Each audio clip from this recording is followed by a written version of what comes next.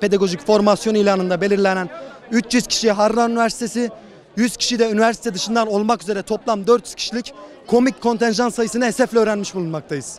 Yapılan ilanda toplam 4. sınıf mevcudu 530 olarak görülmektedir. Ancak mezun olup alttan dersi olduğu halde 4. sınıf görünen arkadaşlarımız bu mevcuda dahil edilmemiştir. Bu arkadaşlarımızla beraber sayı ortalama 960 olmaktadır. Yapılan bu yanlışlık ve komik kontenjan sayısı için burada bulunmakta ve tepkimizi göstermekteyiz.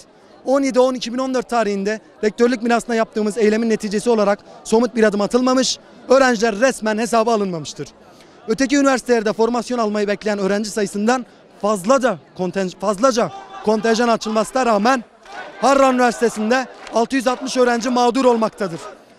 Örneğin 100. Yıl Üniversitesi'nde 1500, Atatürk Üniversitesi'nde 2000, Dicle Üniversitesi'nde 1000, Sakarya Üniversitesi'nde 1700, Abant İzzet Baysal Üniversitesi'nde 1500 kişilik kontenjan açıklanmaktadır.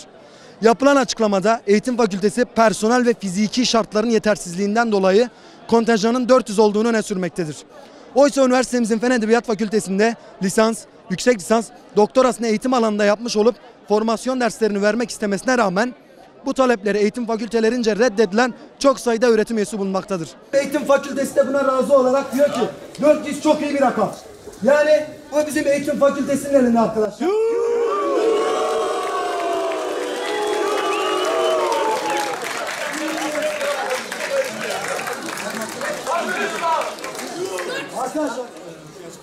Arkadaşlar geçen Cuma günü bir yürüyüşümüz oldu. Bazı arkadaşlar yoktu. Örneğin tekrar veriyorum. Bayburt'un şehir nüfusu 10.000, verdiği formasyon sayısı 1000 kişi.